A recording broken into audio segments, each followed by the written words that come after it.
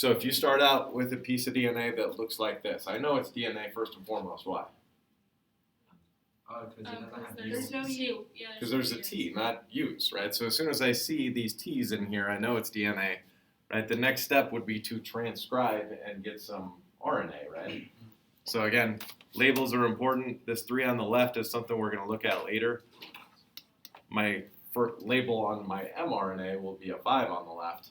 But then I just start base pairing. So G goes with C, and you just go all the way through. I'm just going to use U's instead of T's.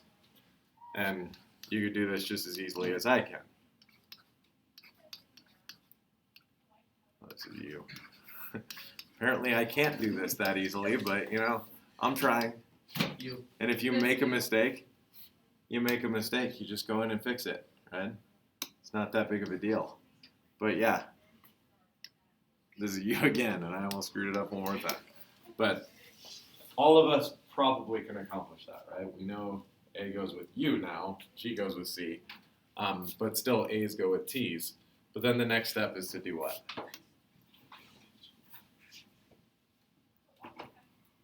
You're too scared to say it because it's recording. What's your next step? Find the start. Figure out where to start and read it, right?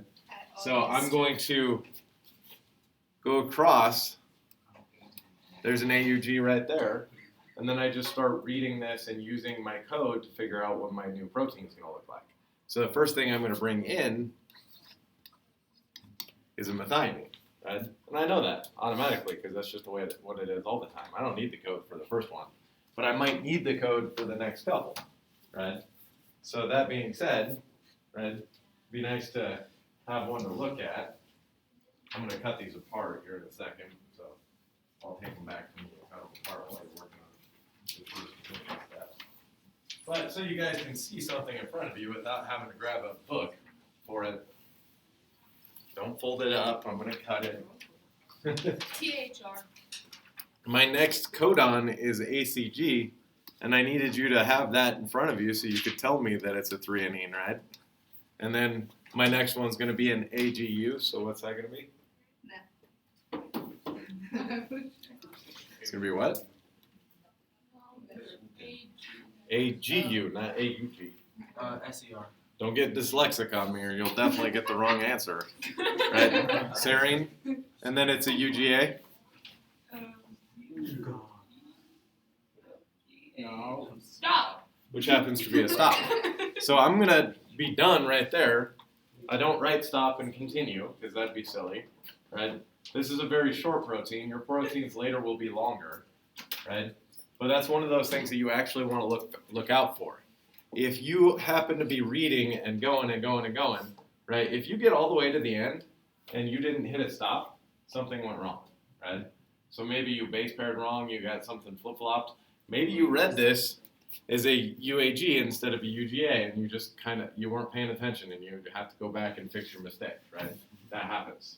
So again, it's not that somebody won't skip over that stop and keep going, but don't literally write stop and keep going, right? Some people might make a mistake and just read it wrong and then they don't stop, but that's where your partner comes into play, right? On a quiz or, right, eventually on the test, you don't get a partner, but by then you should stop making that kind of mistake, right?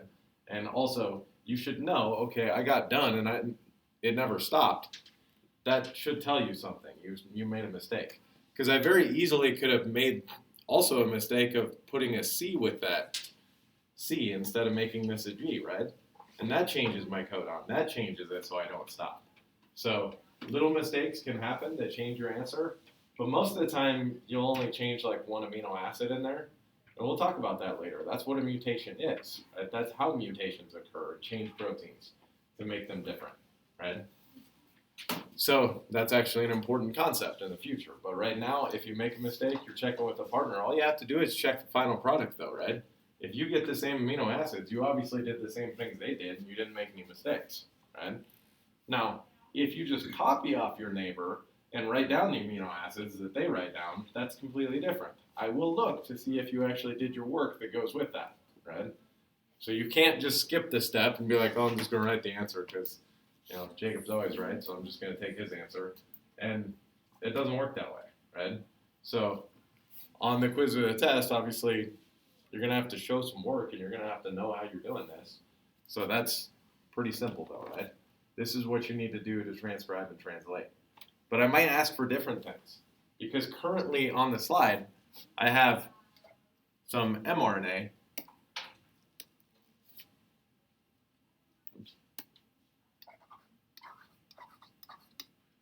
That's blue, red.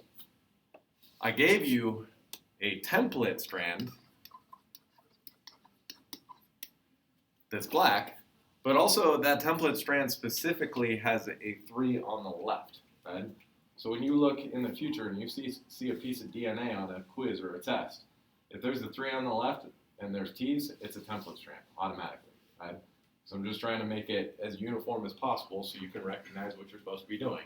Right? Otherwise, it'd be impossible to know which one's the template or non-template strand. If I just held up a piece of DNA, right, you wouldn't know which side's which. Right? That's not actually possible to know without a little bit of extra information. So if there's a 3 on the left, it's always the template strand, but I might want to know what the non-template strand looks like. Or I might give you the non-template strand originally, and then your steps are different, right? So again, this is the simplest version. I could give you this template strand, you could come up with the mRNA, you could read it, make a protein, right? But there are other things that can come into play too. Right, so what if I did want or give you this non-template strand up above, right? What goes with G again? C. And this would be a C, a G, an A, a T, right? I'd go all the way through base pairing and they would be T's instead of U's because I'm talking about DNA again, right? But that's what my non-template strand would look like.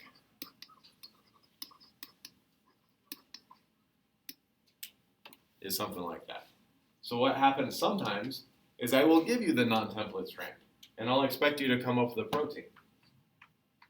You understand that there'd be more than one step involved with that, right? Because you might first have to base pair to figure out what the template strand looks like, then base pair again to figure out what the mRNA looks like, then start reading it to figure out what your protein is, right? So sometimes it's a little bit more complicated. If you see a 5 on the left to start, and it's got T's, that's actually a non-template strand. You need to make a template strand first before you can make your mRNA, right? And this is where I was talking about before, right? Some people will notice patterns. They'll understand that maybe they can shortcut. But if you don't understand that yourself, you don't just shortcut, right? Because if you start shortcutting when you're not supposed to be shortcutting, you're going to screw everything up. So I'm okay with some shortcuts here and there, but make sure that you understand what you're doing, and don't be trying to teach somebody else your shortcut because they might not understand it. Right? You're going to cause more harm than good when you do that, because this is not a simple situation. If they're not seeing the shortcut already, then they don't understand it. Right? I can tell you that. I can guarantee you that right away. Right? So don't teach anybody yet. But otherwise, non-template, template, mRNA, there is actually one more thing that I can give you and still expect you to come up with a protein.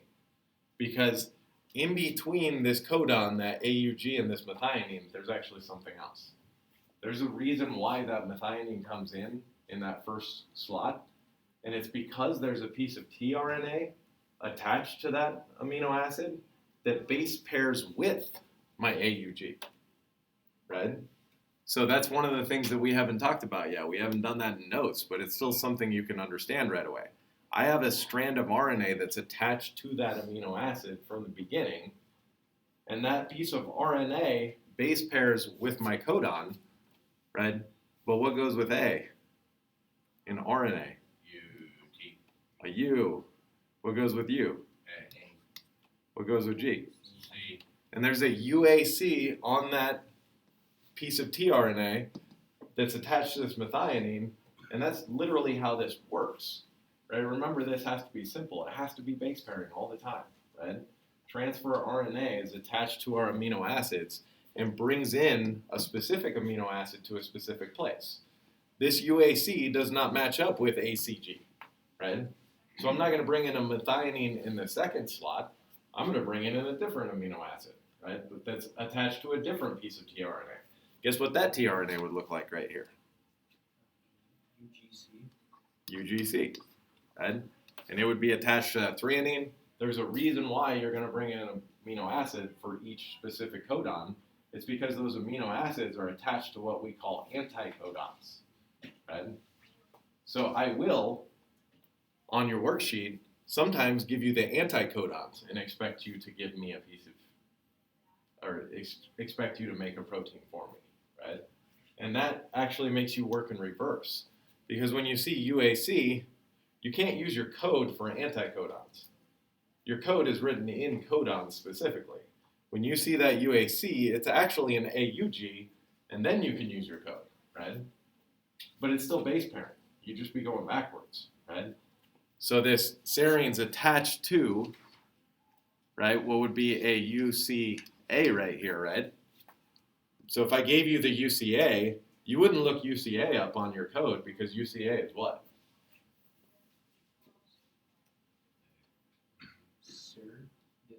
Oh, it is a serine? Coincidentally, it's a serine. But what is this UAC that went with that AUG? That'd be a TYR, but every protein starts with a methionine. I wouldn't bring in a tyrosine first. That doesn't make sense, right? So when I give you the anticodons, if that's in the directions, right, again, that would be RNA. You'd know it's RNA because they're U's, not T's, right? I might also give you that direction, right? On this end of this piece of RNA would be what label? CC. No, a 5 or a 3? A 3, because it has to be opposite of this one, right? That's how they get that base pairing, because some are flipped compared to others. So if you see a 3 on the left with U's, those are actually anticodons. But no matter what I give you, you can always figure out what the protein looks like. Because if I happen to give you the template strand, you base pair to get RNA, and then you read it to get your protein, right? If I happen to give you the non-template strand to start, you'd base pair to figure out what your template looks like using T's. Then you'd base pair again using U's instead of T's. And then you could read it and figure out what your protein looks like, right? Or if I gave you anticodons, you'd have to go in reverse. You'd have to base pair to look at what the codon would actually look like, and then you could read it, and then you could make your protein, right? So no matter what I give you, you always have to get mRNA from it. And you just have to base pair however many times is necessary to get there. It's really not that difficult. So the first couple questions are going to ask you to do those different things. The first question is going to ask you to transcribe and translate. So just do what we always do, right? But then it's going to ask you above the template strand to go ahead and base pair and make a non-template strand, right? So you just follow directions and do what it says to do. Then somewhere in the middle of the page, right? On the second question, essentially down here, don't skip over this here. There is actually a question to answer in words, right? But down here, I give you a 5 on the left with T's. What's that? That'd be a non-template strand, so you've got 2 steps to do on that one, right? You got a base pair again, then you can read it and get a protein.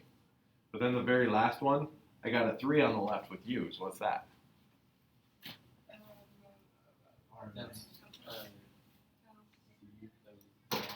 That's the tRNA. Those are the anticodons. You have to base pair to figure out what the real codons look like, right? So if you have questions, you ask questions, right? Obviously while you're doing this. But for the most part, you should be able to get through the first page, right? Again, ask questions if you need to, because that might not be perfectly clear right now. But finish the first page and let me look at it, and then you can work on the back, right? So as long as you can figure out the pattern, you should be good. Bye. Yeah.